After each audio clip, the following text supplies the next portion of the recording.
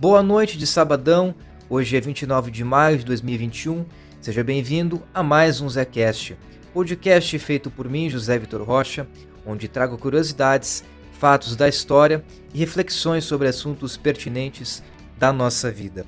Hoje, 29 de maio, é o dia de fundação do Instituto Nacional de Estatística do Brasil, fundado em 1936.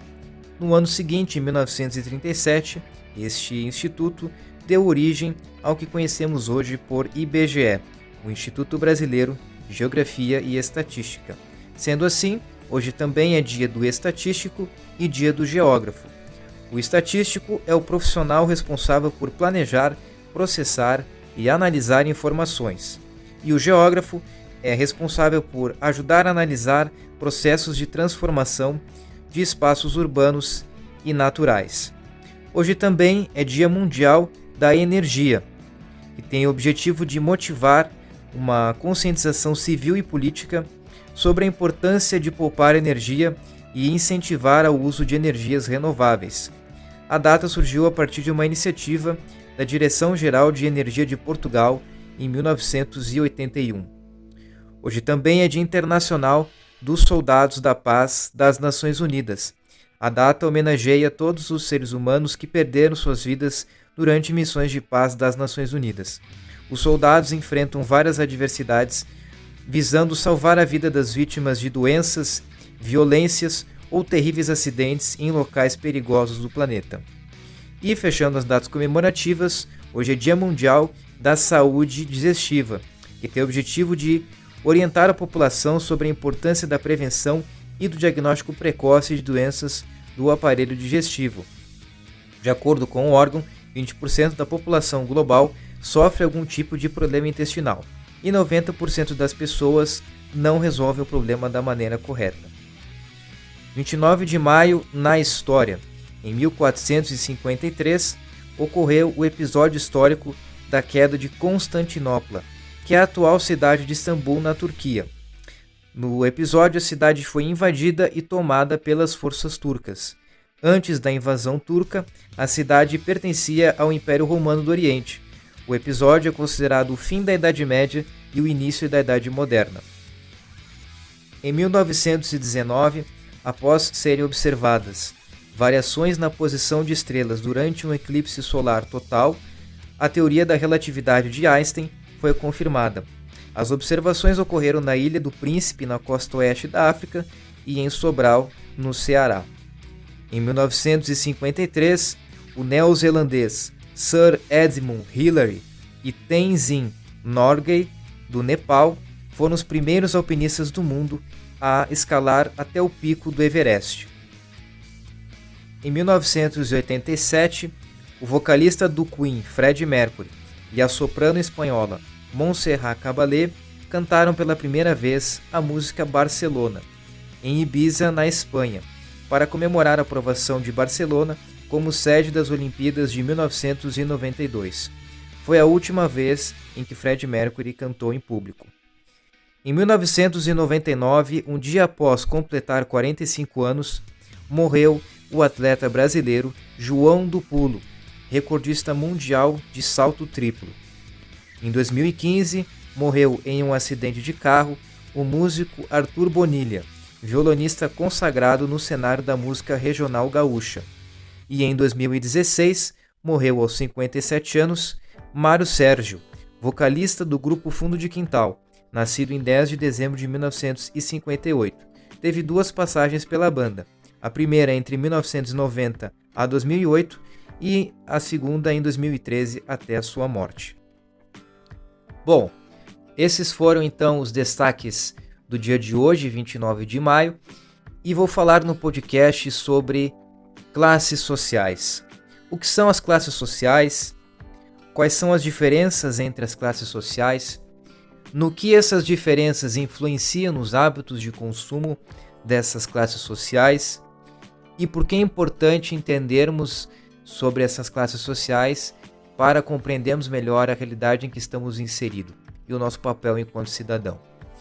Começando então definindo as classes sociais, Se a gente for pensar em em uma definição de classe social, a gente vai ter diversas abordagens, né? A gente vai ter questões mais filosóficas, mais sociológicas, mais técnicas, econômicas, enfim. E vamos basear aqui na definição que o governo adota para classes sociais. Porque o meu objetivo aqui é focar principalmente na questão do consumo e como que as diferenças entre as classes sociais impactam no consumo de cada classe. Então, a definição que eu utilizo é de que definimos uma classe social pelo seu nível de renda. Então, quanto mais elevada é a renda dessa classe, mais elevada ela vai ser. Quanto menos elevada é a renda, mais inferior vai ser essa classe. E se a gente for pensar na origem das classes sociais, desde muito tempo existem as classes sociais, desde a antiguidade. Mas tentando prestar atenção no formato atual que a gente tem, pelo menos aqui no Brasil, que é um país subdesenvolvido, onde a gente tem aí principalmente 3 grandes grupos, que são os pobres, a classe média e classe alta, os ricos, enfim, né, e intermediários entre essas 3 classes, elas são, na verdade, uma consequência da sociedade industrial, né, e pós-industrial, uma sociedade moderna, pós-moderna, enfim, né, onde a gente tinha aquela figura lá, né, do trabalhador, do proletário, dos patrões e intermediários entre eles, né, uma classe média. E pelo menos em países subdesenvolvidos, como é o caso do Brasil, a gente tem uma configuração bastante parecida até os dias de hoje, né? E principalmente havendo muita desigualdade entre essas classes sociais. Antes de seguir falando aqui sobre as classes sociais, eu quero abrir um parênteses e explicar o porquê de eu estar abordando esse tema nesse podcast. Então, num dia desses, eu estava fazendo uma atividade qualquer e eu recebi num grupo de WhatsApp uma foto de um produto. E aí eu olhei para aquela foto e eu gostei do produto, achei um produto bonito, achei um produto interessante que poderia me ser útil. Mas eu pensei, bom, esse produto é interessante, mas eu não vou comprar agora, vamos deixar para um pouco mais adiante, quando eu tiver mais condições, quando não tiver outras contas a pagar. E aí eu comecei a pensar de como eu pertencer a uma classe social, de certa forma, fez com que eu tivesse esse pensamento. Daí eu comecei a imaginar, se eu pertencesse a uma classe social mais elevada, uma classe alta, por exemplo, que decisão que eu ia tomar naquele momento, ou que reflexão que eu iria fazer? Eu acredito que provavelmente ou eu iria comprar quase que imediatamente, ou se fosse uma coisa desnecessária, descartar na hora. E se eu fosse de uma classe inferior, uma classe mais baixa, provavelmente eu nem ia querer comprar o produto, porque eu ia estar preocupado com não estar conseguindo colocar comida na mesa, não estar conseguindo me sustentar. Provavelmente eu nem pensaria em comprar aquele produto. E daí, a partir disso, eu comecei a pensar, né, nessa questão das diferenças entre as classes sociais quando a gente fala em consumo. E por que será que isso acontece? Eu acredito que seja porque o capitalismo é um sistema que é condicionado pelo nosso nível de dinheiro, né? O nosso consumo é condicionado pelo nosso nível de dinheiro. A lógica é essa: quanto mais dinheiro tem, mais a gente consome. Então é natural que a gente tenha essa diferença de pensamento, de hábito e até de cultura diferente, né, entre as classes sociais. Mas daí a gente pode até se questionar, tá, mas existem pessoas que têm pouco dinheiro, que pertencem a uma classe social mais inferior e que mesmo assim consomem bastante. Por que será que isso acontece? Em contrapartida, também a gente tem pessoas mais ricas que não consomem tanto proporcionalmente ao que ganham. Aí a gente vai entrar em questões bem mais complexas, porque quando a gente fala de classes sociais, a gente não pode pensar só em nível de dinheiro. Existem várias coisas que influenciam o comportamento de consumo, ainda mais num mundo complexo e cheio de informação que a gente vive hoje em dia.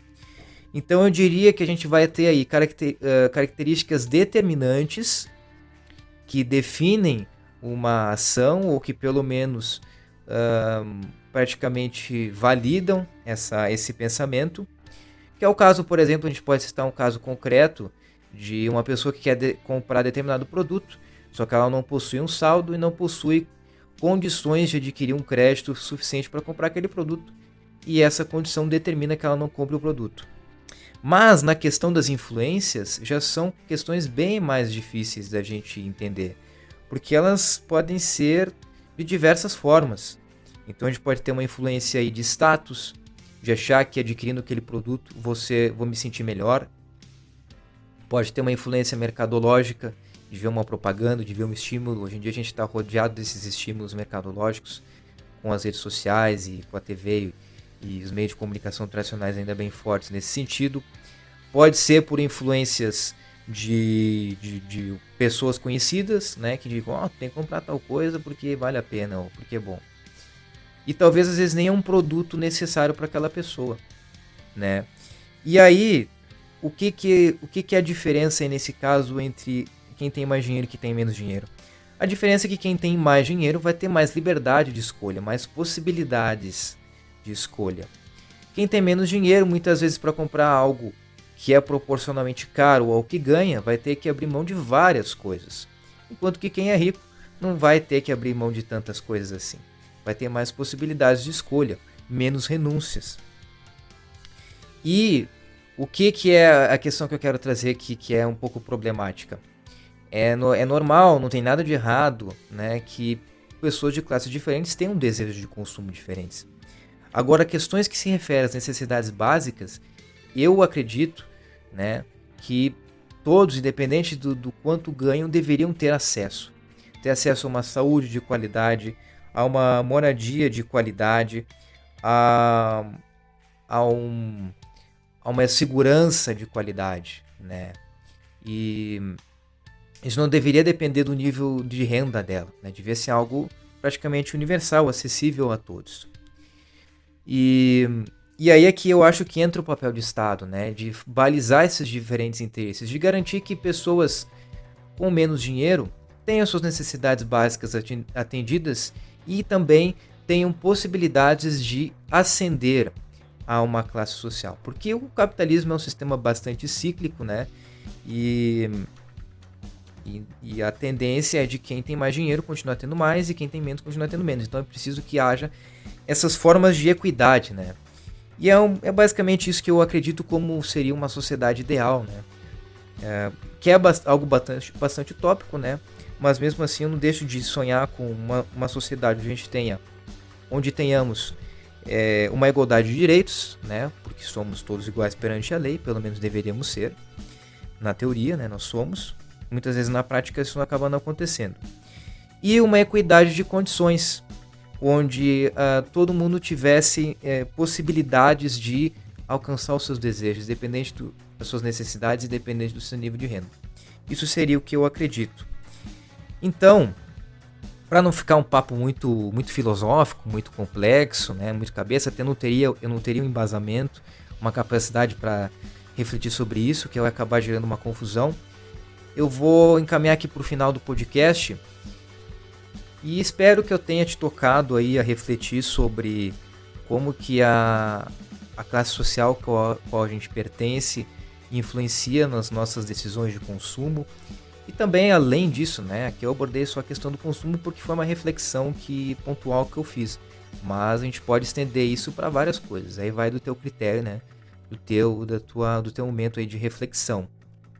E que eu tenha também te motivado a pensar um pouco mais sobre questões sociais que acabam por influenciar o nosso papel e também que fazem a gente entender o quão complexa é a realidade, o quão complexa é a sociedade.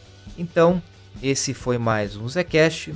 Vou me despedindo por aqui. Um grande abraço, muito obrigado e valeu.